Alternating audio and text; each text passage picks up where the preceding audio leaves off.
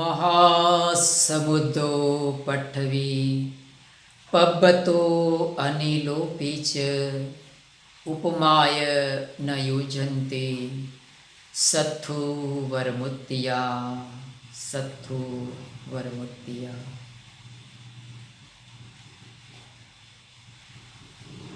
महाकारुणिक भगवान तथागत सम्यक संबुद्ध बोधिसत्व भारत रत्न डॉक्टर बाबा साहब भीमराव आंबेडकर જેની ધમ્મ ક્રાંતિને હું મારું જીવન સમર્પિત કરું છું અને આ ચેનલને જે પણ જોઈ રહ્યા છે તે બધા જ ઉપાસક એવં ઉપાસિકા। તો આજે જે વિષય પર વાત કરવાની છે એ છે કે આપણે ધર્માંતર કરવાની શું જરૂર છે, આપણે ધર્માંતર શા માટે કરવું જોઈએ। વિષયમાં હું આગળ વધું એ પહેલાં કંઈક શરૂઆતમાં હું નાની વાત કહું છું કે જેટલું હું કહેવા માંગુ છું એ મને નથી લાગતું કે હું કહી શકીશ। ઘણી બધી વાતો કદાચ રહી પણ જાય, પણ બની શકે ત્યાં સુધી હું વિષયને પરિપૂર્ણ રૂપમાં રજૂ કરવાની કોશિશ કરું છું। ધર્માંતરણ અર્થાત આપણે જ્યાં છીએ ત્યાંથી આપણે આપણા રાસ્તાને બદલવાનું છે। એ શા માટે જરૂર છે?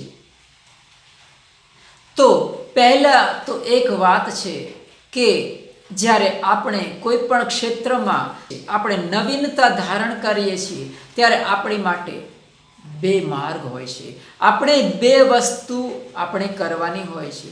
એક છે કે આપણે એક વસ્તુ ત્યાગવાની હોય છે અને બીજી વસ્તુ આપણે ગ્રહણ કરવાની હોય છે। જ્યાં સુધી આ બંને વસ્તુમાં આપણે સફળ નથી બનતા ત્યાં સુધી આપણે એમ નથી કહી શકતા કે આ વાત બરાબર સફળ થઈ છે।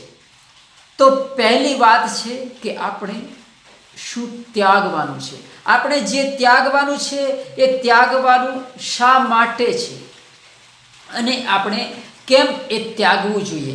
અગર આપણને ખબર એકવાર પડી જાય કે આપણે જે ત્યાગવાનું છે, આપણે જે છોડવાનું છે એ શા માટે આપણે છોડવું છે, એ અગર ખબર પડે તો આપણી માટે એ છોડવાનું બહુ સરળ થઈ જાય। તો પહેલાં આપણે થોડા શબ્દોમાં સમજવાની કોશિશ કરીએ કે આપણે જે છોડવાનું છે એ શા માટે છોડવું જોઈએ। આપની સામે હું આ થોડી મિનિટો પહેલાં મેં ધમ્મ દેશનાની શરૂઆત કરી છે। આપની માટે હું એક આદર્શ છું, આપની માટે હું એક મિસાલ છું। આપને હું એક પ્રશ્ન કરું છું, બધા જ ઉપાસક ઉપાસિકાઓને કે જે પણ આ મારા જે વિડીયોને જે જોઈ રહ્યા છે એમને, કે આપને હું જે કહીશ એવું આપ કરશો કે હું જે કરીશ એવું કરશો? એક પ્રશ્ન છે કે હું જેવું કરીશ એવું આપ કરશો કે હું જેવું કહીશ એવું આપ કરશો? સ્વાભાવિક છે આપનો જવાબ છે એ મને કમેન્ટ બોક્સમાં જરૂર લખજો। તો એનો જવાબ આવો 100% હોઈ શકે છે કે હું જેવું કરીશ એવું આપ કરશો। આ સ્વાભાવિક છે, આ એક સ્વાભાવિક વસ્તુ છે। આપને કદાચ જાણીને આશ્ચર્ય થશે કે આ જે પશુ પક્ષીઓ હોય છે, જે અબોલ હોય છે, જેની પાસે વાચા નથી હોતી, એ પશુ પક્ષીઓ પોતાના નાના બચ્ચાઓને કેવી રીતે શીખવાડે છે જીવન જીવવાની કળા? એની પાસે જીભાન નથી હોતી, એ પોતે આચરણ કરીને શીખવાડે છે। એ પાંખો ફડફડાવીને પક્ષી એના બચ્ચાને ઉડતા શીખવાડે છે। એ જેવું કરે છે એવું એનું બચ્ચું કરે છે, અર્થાત એ એનું અનુકરણ કરે છે। એનો અર્થ એ છે કે તમારો જેવો આદર્શ હશે એવું જ તમે અનુકરણ કરશો. આ મારી વાતમાં અગર આપને કોઈ શંકા હોય તો મને કમેન્ટ બોક્સમાં જરૂર લખજો. તો વાત છે કે માણસ જ્યારે પોતાના આદર્શને ધારણ કરે છે, પૂરા આદર્શને નક્કી કરે છે, ત્યારે એ એવું જ વર્તન કરે છે જેવો એનો આદર્શ હોય છે. તો વાત એ છે કે આપ એવું જ કામ કરશો જેવું હું કરીશ. આપ એવું હરગીજ નહીં કરો જેવું હું કહેતો હશે. તો સ્વાભાવિક છે કે આજે હું છું અથવા તો આપણો બીજા કોઈનો પણ એક આદર્શ હોય. અગર આપણો આદર્શ આપણને સારી વાત ન શીખવતો હોય, આખેર એક ધર્મ છે, ધમ્મ છે, એ આપણને શું શીખવાડે છે? બહુ આસાન છે જવાબ કે હર એક ધર્મ આપણને સજ્જનતા શીખવાડે છે. હરેક ધર્મ આપણને સદાચાર શીખવાડે છે, આપણને સારી રીતે જીવવાનું શીખવાડે છે. હવે કોઈ આપણો આદર્શ છે એ આપણને સારી રીતે જીવવાનું ન શીખવાડે, આપણને કહે ભલે, આપણો આદર્શ છે આપણને એમ કહે કે તમે ચોરી ન કરો, પણ એ ચોરી કરતો હોય તો શું એની વાત સમાજના લોકો જેનો આદર્શ છે એ માનશે ખરા? નહીં માને. કારણ કે આજ હું આપની સામે હું ખુદ હિંસા કરું, હું ખુદ હિંસા કરાવું છું, હિંસા કરવાઉં છું, અને હું આપને એમ ઉપદેશ કરું કે આપ અહિંસક બનો, તો શું આપ મારી વાતને માનશો? નહીં માનો. કારણ કે હું ખુદ જૂઠો વ્યક્તિ છું. તો વાત એમ છે કે આદર્શ, આપણો આદર્શ છે એ અગર હિંસક છે તો એ એમ ના કહી શકે કે તમે અહિંસક બનો, અને કહે તેમ છતાં લોકો એનું અનુકરણ નહીં કરે.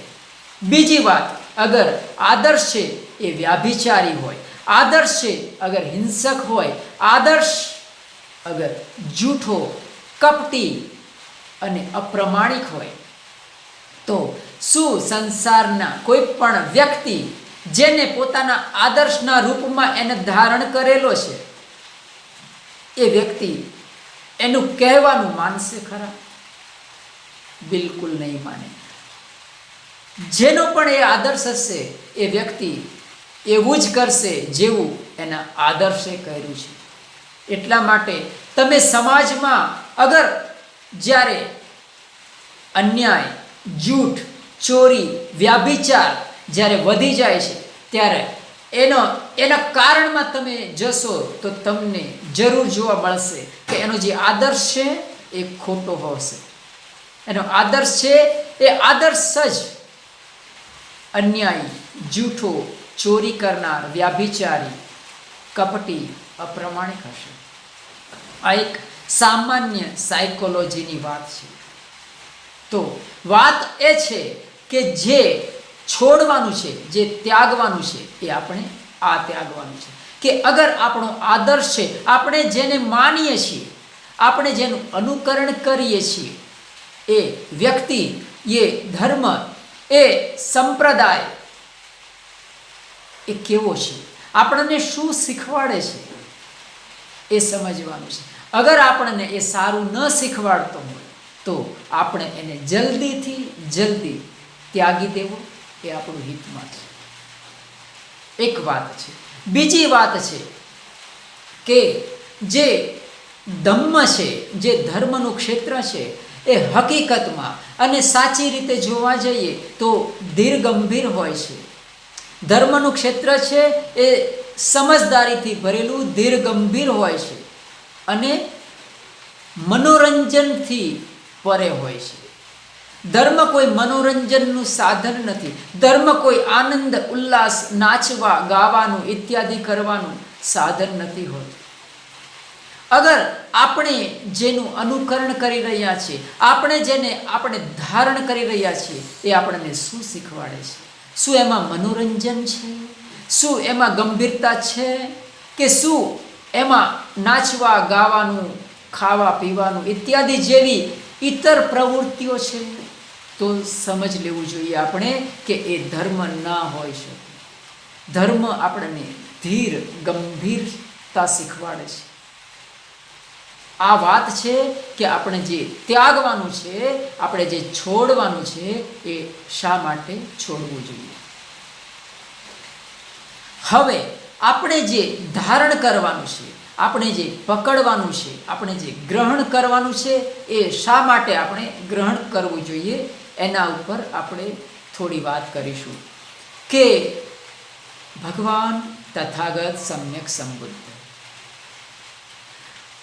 એમનો જે ધર્મ છે એ કેવી રીતે પરિપૂર્ણ છે. હું આપને એટલા માટે નહીં કહું કે હું એક બુદ્ધિસ્ટ છું, એટલા માટે હું આપને કંઈ પણ કહેવાની મારી ઈચ્છા નથી. અનેક એંગલથી, અનેક દ્રષ્ટિકોણથી અગર જોવામાં આવે, અગર સાચી રીતે બિલકુલ ही પૂર્વગ્રહ રહિત બનીને, પક્ષપાત રહિત બનીને, નિષ્પક્ષ ભાવે અગર જોવામાં આવે, ખરેખર ન્યાયિક દ્રષ્ટિથી, તો આપને બુદ્ધિઝમ છે એ પરિપૂર્ણ જોવા મળશે. ભગવાન તથાગતના સમયમાં 2600 વર્ષ પહેલાં 2 છેડાઓ ભગવાન બુદ્ધે જોયા હતા. 2 અતિશયોક્તિઓને ભગવાન બુદ્ધે અનુભવ કર્યો હતો. એ અતિશયોક્તિ કેવી હતી? એક તો એક એવો સંપ્રદાય હતો જેમાં અત્યંત હિંસા કરવામાં આવતી હતી. પશુઓ, પક્ષીઓ, ઇવન મનુષ્યોની પણ બલિ દેવામાં આવતી હતી. યજ્ઞના નામે અનેક પશુ પક્ષીઓ, જીવોની હત્યા કરવામાં આવતી હતી.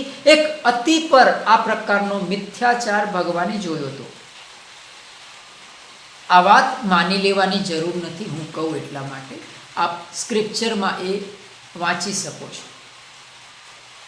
બીજી બાજુ કે બીજો એક એવો સંપ્રદાય હતો કે જેમાં શ્વાસ લેવાનું પણ મુશ્કેલ થઈ જાય. ફલાણું નહીં ખાવાનું, ઢીણકણું નહીં ખાવાનું, ઓલું નહીં ખાવાનું, પેલું નહીં ખાવાનું, લસણ નહીં ખાવાનું, ડુંગળી નહીં ખાવાની, આવા અનેક પ્રકારની પાબંદીઓ ખાવા પીવા, ઉઠવા બેસવા ઉપર લગાડી દેવામાં આવી. ભગવાન બુદ્ધે આ બંને છેડાઓને બહુ જ નજદીકથી જોયા. પછી એમને ખ્યાલ આવ્યો કે આ બંને જે છેડાઓ છે એ મિથ્યાચાર છે. કારણ કે આજે હું આપની સામે છું, બહુ સ્વાભાવિક વસ્તુ છે, કોઈની નિંદા ટીકાનો સવાલ નથી. આપની સામે બેઠો છું, હું અગર એક 4-5 દિવસ અગર ભોજન ના કરું તો સ્વાભાવિક છે કે મારું મન છે એ વારંવાર ખાવાની પ્રતિ આકર્ષણ થશે. મારું ધ્યાન છે એ ખાવાનું જ મારું ધ્યાન બની જશે. કહેવાય છે કે ચંદ્રમાં પણ મને રોટલી દેખાવા માંડશે. તો ભગવાન બુદ્ધે જે મિથ્યા છે એને બરાબર એમને જોયું. કારણ કે આપણી જે ધ્યાનનો વિષય છે એનાથી આપણે ભટકી જઈએ છીએ. હકીકત તો એ છે કે સંસારના બધા જ લોકો મધ્યમ માર્ગના જ ગુલામ છે. આજે વરસાદ આવે છે, આપણે જોઈએ છીએ વરસાદની સિઝન છે. મારે જરૂર હશે તો હું એક રેનકોટ ધારણ કરીશ.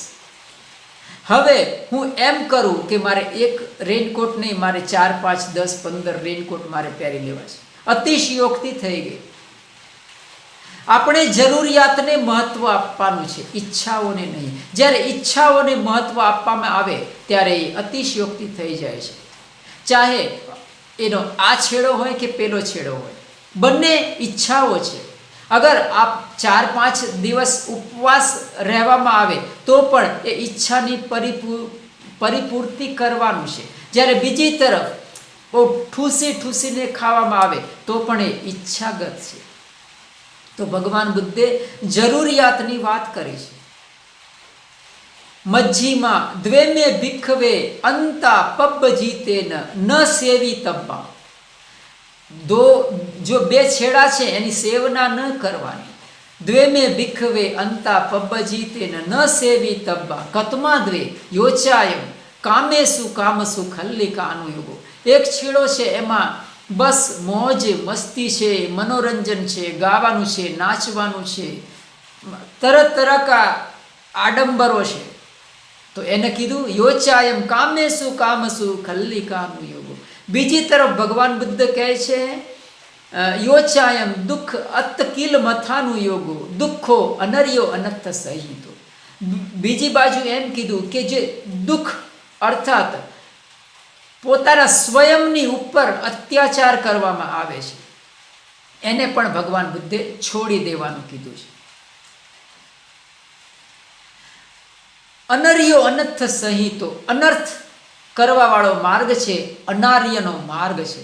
તો ભગવાન બુદ્ધે આ બંને છેડાઓને બહુ બારીકાઈથી એનું નિરીક્ષણ કરીને એમને મધ્ય માર્ગનો ઉપદેશ આપ્યો.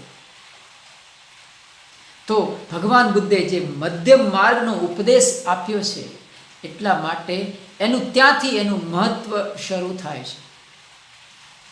ભગવાન બુદ્ધની જે કાયા છે એ અસાધારણ મૂલ્યવાન હતી. હું કેટલીક ગૂઢ અને રહસ્યમય વાતો છે, કેટલીક માર્મિક ગર્ભિત વાતો છે, એને સરળ શબ્દોમાં સમજાવવાની કોશિશ કરું છું કે ભગવાન બુદ્ધનું શરીર જે છે એ અસાધારણ હતું. ભગવાન બુદ્ધ અનેક જન્મો સુધી એમને જે એફર્ટ લગાયો હતો, એમને જે પ્રયત્નશીલ બન્યા હતા, એ પ્રયત્નને કારણે એમનું શરીર છે એ જન્મથી જન્મ વિકસિત થતું હતું, ઉત્ક્રાંતિત થતું હતું. ડાર્વિન એક વૈજ્ઞાનિક જેને ઉત્ક્રાંતિનો સિદ્ધાંત આપ્યો, એ ડાર્વિનનું કહેવાનું એમ હતું કે જે મનુષ્ય છે, જે જીવ છે, એ જનરેશન ટુ જનરેશન અર્થાત પેઢી દર પેઢી એનો વિકાસ થાય છે, પેઢી દર પેઢી એની ઉત્ક્રાંતિ થાય છે. પણ અહીંયા ડાર્વિન છે એ અધૂરો હતો, કારણ કે મનુષ્યનો જે પ્રગતિ છે, એની ઉત્ક્રાંતિ છે, એ માત્ર પેઢી દર પેઢી નહીં, એ જન્મથી જન્મ પણ એની ઉત્ક્રાંતિ થાય છે. આજે ભગવાન બુદ્ધ 4 અસંખ્ય 1 લાખ કલ્પ સુધી એમને જે સંઘર્ષ કર્યો હતો, એમને જે હરેક જન્મમાં એમને પ્રવૃત્તિ કરી હતી, એમને જે પોતાની 10 પારમિતાઓ, 10 ઉપપારમિતાઓ, 10 પરમાર્થ પારમિતાઓ અને અલગ અલગ પ્રકારની 10 ભૂમિઓને એમને સર કરી હતી. આટલું બધું એમને જ્યારે સંઘર્ષ કર્યો ત્યારે જઈને એમને 2600 વર્ષ પહેલાં એક પરિપૂર્ણ મનુષ્યના રૂપમાં એમને જન્મ ધારણ કર્યો. તો ભગવાન બુદ્ધની જે કાયા છે એ અસાધારણ હતી. આપણા મગજમાં કેટલીક વાતો ઉતરે નહીં તો એનો અર્થ એવો નથી થતો કે એ વાતો અસ્તિત્વમાં નથી. આપણે જરૂર તર્કસંગત બનવું જોઈએ, પણ તર્કસંગત આપણે ત્યાં સુધી જ બનવું જોઈએ જ્યાં સુધી આપણે એને સમજી નથી શકતા. જ્યારે આપણને કોઈ સમજાવે સારી રીતે તો એને સમજવાની કોશિશ કરવી જોઈએ. તો ભગવાન બુદ્ધ છે, એમનું શરીર છે એ અસાધારણ પ્રતિભાવાન હતું. 32 લક્ષણોથી યુક્ત, 80 અનુવ્યંજનોથી યુક્ત, 18 પ્રકારની કળાઓથી યુક્ત એમની માનસિકતા હતી.